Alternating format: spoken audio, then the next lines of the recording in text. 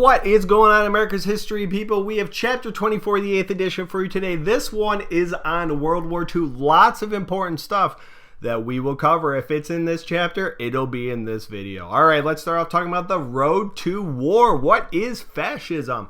Well, it's an authoritarian government with a focus on nationalism and militarism. And we see this in Italy and Germany. Now, focusing on Japan and Italy, they began a policy of imperializing and expansion and taking over. And Japan expanded due to a need for raw materials and markets. Remember, Japan is a tiny little island nation, so they needed raw materials, particularly oil and rubber. In 1931, they invaded Manchuria and later invaded the other areas of China in 1937. Italy invaded one of the last free countries of Africa, Ethiopia, in the 1930s, and the League of Nations, which was created to help prevent disputes, did absolutely nothing in either case. Under Hitler's Germany, he was granted dictator powers, he was given an incredible amount of powers, and he sought to expand, and that's known as Lebensraum in German, and he began to prosecute Jews. And unfortunately, we see that with the Holocaust in the 1930s and 1940s. The Rome-Berlin Axis was an alliance between Italy and Germany, an alliance of two fascist countries. So the Nye Committee in 1934, this was a senatorial committee led by this dude, Nye, and he in the committee alleged that the U.S. became involved in World War I to make money for munition companies. Now, most historians agree this committee was incredibly flawed, but the implications of this were enormous. This helped inspire the Neutrality Act of 1935 and future neutrality acts, and this said that the U.S. could not sell weapons to belligerent. That's an important term to know. Please know belligerent means warring countries. Now, on the popular front, this advocated European intervention, and they supported the loyalists against the fascists in the Spanish Civil War. Appeasement is giving in to the demands of an aggressor, and nowhere is this more well known than the Munich Conference, in which Germany was given part of Czechoslovakia, the Sudetenland. Do you think Czechoslovakia was invited to this conference? Nope, not at all. So we have Prime Minister Chamberlain here. He's going to say something that, probably the biggest dung goof of the 20th century. He'll want this quote back. He said, "There is peace for our time." He said, "I met with Hitler and we worked it all out. Hitler's going to be a good little German boy going forward, and we have established peace for our time." Oops, too soon, bro, too soon. So Hitler, when he left the Munich Conference, knew that Europeans would not stand up to him. He knew that appeasement would not work. So on September 1st, 1939, this is known as the official start of World War II, Germany invaded Poland. And a significant majority, something like 84%, your book said, of Americans supported Britain and France and not Germany and the Axis powers.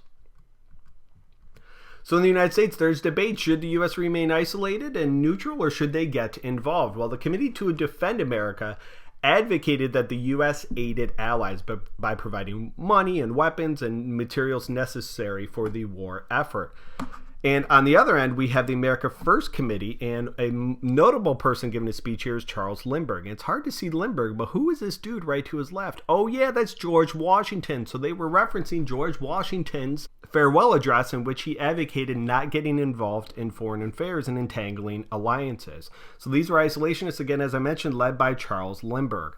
Now, FDR began to trade destroyers with Great Britain for military bases. And the first peacetime draft in history occurred in 1940. And the Four Freedoms speech was given by FDR, and this was basically arguing that there are freedoms that everyone on this planet should enjoy, and this really helped set the stage for post-World War II world, and this helped link the war with democracy and spreading democracy throughout the world. The Lend-Lease Act was a shift from those neutrality acts, and this stated that the U.S. could lend military supplies to countries deemed vital to U.S. security, in other words, Great Britain. So the U.S. felt that, hey, if Great Britain falls, there's going to be nothing left in Europe to stand up to Hitler. So it is the United States' duty to support Great Britain. The Atlantic Charter, we see two dudes here. We see FDR and Winston Churchill. This was an agreement between the two, and they focused on post-World War II goals, economic cooperation, self-determination, and political stability. This sounds a lot like the plans for Woodrow Wilson's 14 points during World War I. Now, I do have a detailed video in the description below on different World War II conferences and the U.S. transition from neutrality to involvement. So please check those out. Just click on it right down there in the bottom when you're done watching this. All right, the attack on Pearl Harbor. This is what officially brings the United States into the war. Now, in 1937, in response to the rape of Nanking by Japan towards China, FDR issues a quarantine speech in which he encouraged economic sanctions against Japan in response to the invasion of China.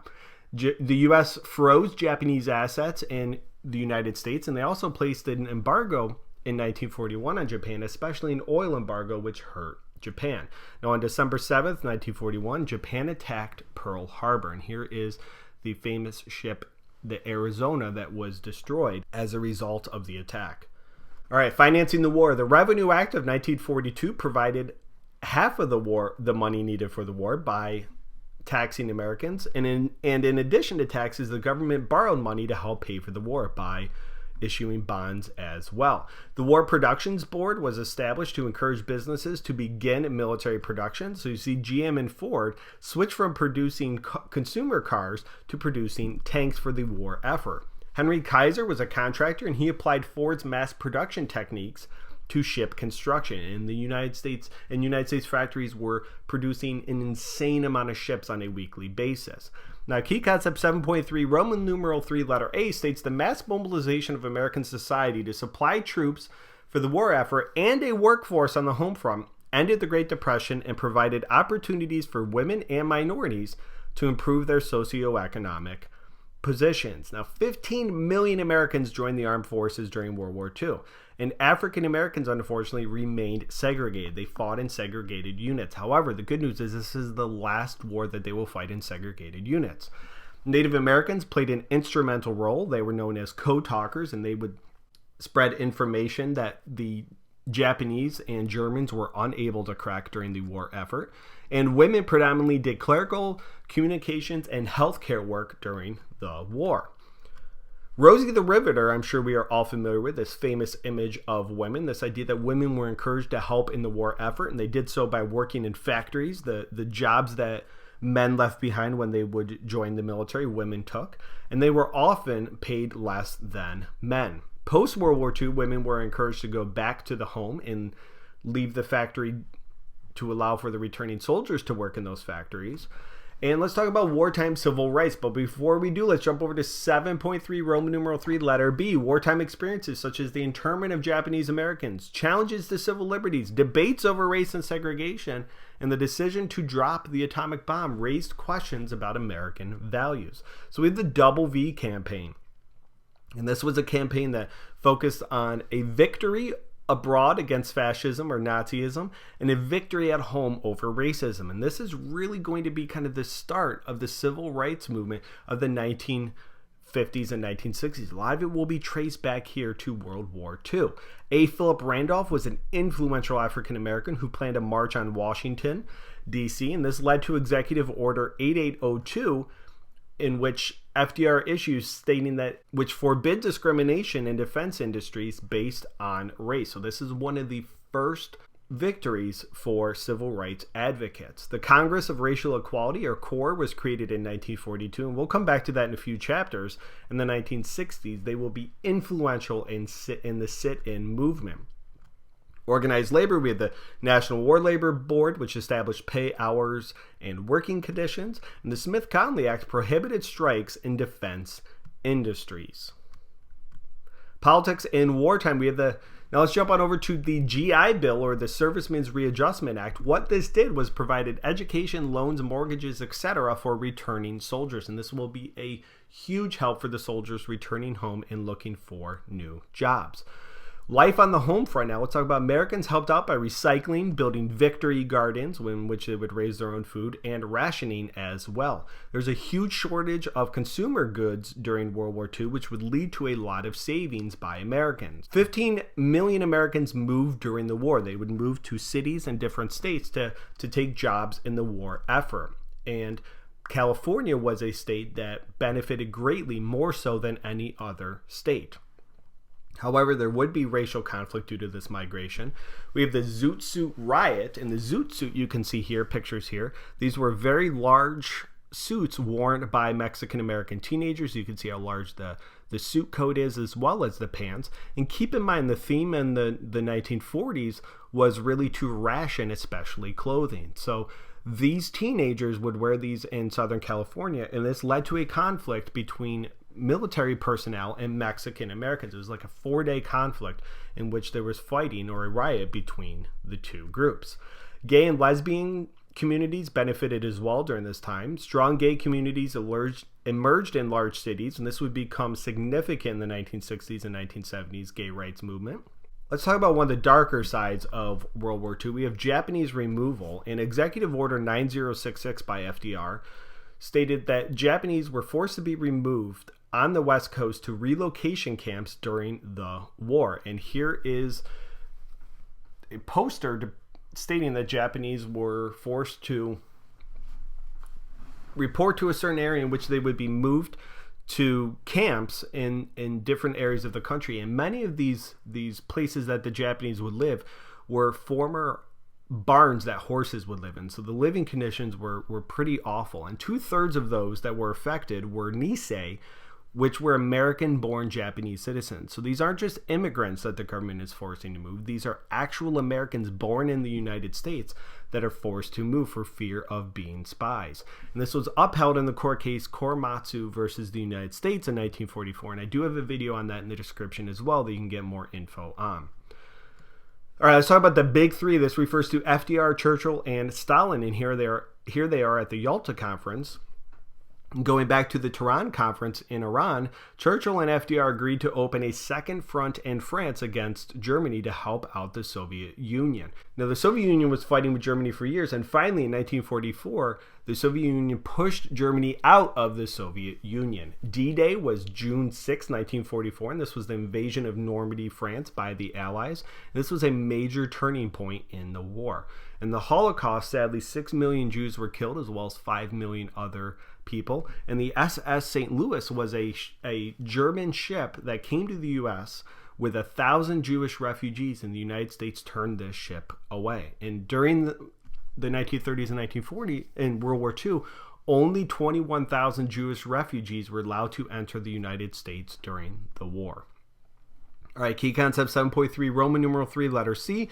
The United States and its allies achieved victory over the Axis powers through a combination of factors including allied political and military cooperation, industrial production, technological and scientific advances, and popular commitment to advancing democratic ideals. The Battle of the Midway was a turning point in the Pacific War, and from that moment forward, the Japanese began to be pushed back further and further. The Yalta Conference was the last meeting of the Big Three, which I'll talk about in more detail in the next chapter. And the atomic bomb in the end of the war. The atomic bomb was established via the Manhattan Project, which was a $2 billion project to build the atomic bomb. It was led by J. Robert Oppenheimer. It was a very secret project. And on July 6, 1945, we had the Trinity test in New Mexico. And this picture was taken about 0.16 seconds after the first atomic bomb was detonated. And it looks... and you can see that it's just about to burst into the mushroom cloud that we are familiar with. And the next month, on August 6th, an atomic bomb was dropped on Hiroshima, and 3 days later, an atomic bomb was dropped on Nagasaki. Now, many believed the Japanese invasion would cost up to 1 million Allied lives, many of which would be American, which was a reason for the atomic bombs being dropped. The Potsdam Conference in July of 1945, the Allies called for the unconditional surrender of Japan. So that was about a month, that was a few weeks before the dropping of the atomic bombs. Now, the toll of the war, 50 million people worldwide were killed. That is an astronomically high number, and more than 100 million people were wounded as well. All right, let's do a quick recap. We have appeasement, Munich Conference. Know what it is. Isolationists versus interventionists. What were their reasoning for it and what were the groups? The Atlantic Charter between Churchill and FDR. Opportunities for women and minorities in the war. What were they like? Were they good? Were they bad? The Double V campaign, definitely know what that was, as well as the Zoot Suit riots, and the internment of Japanese Americans as well, which was upheld via Korematsu versus the United States. And the dropping of the atomic bomb, what were the reasons for that?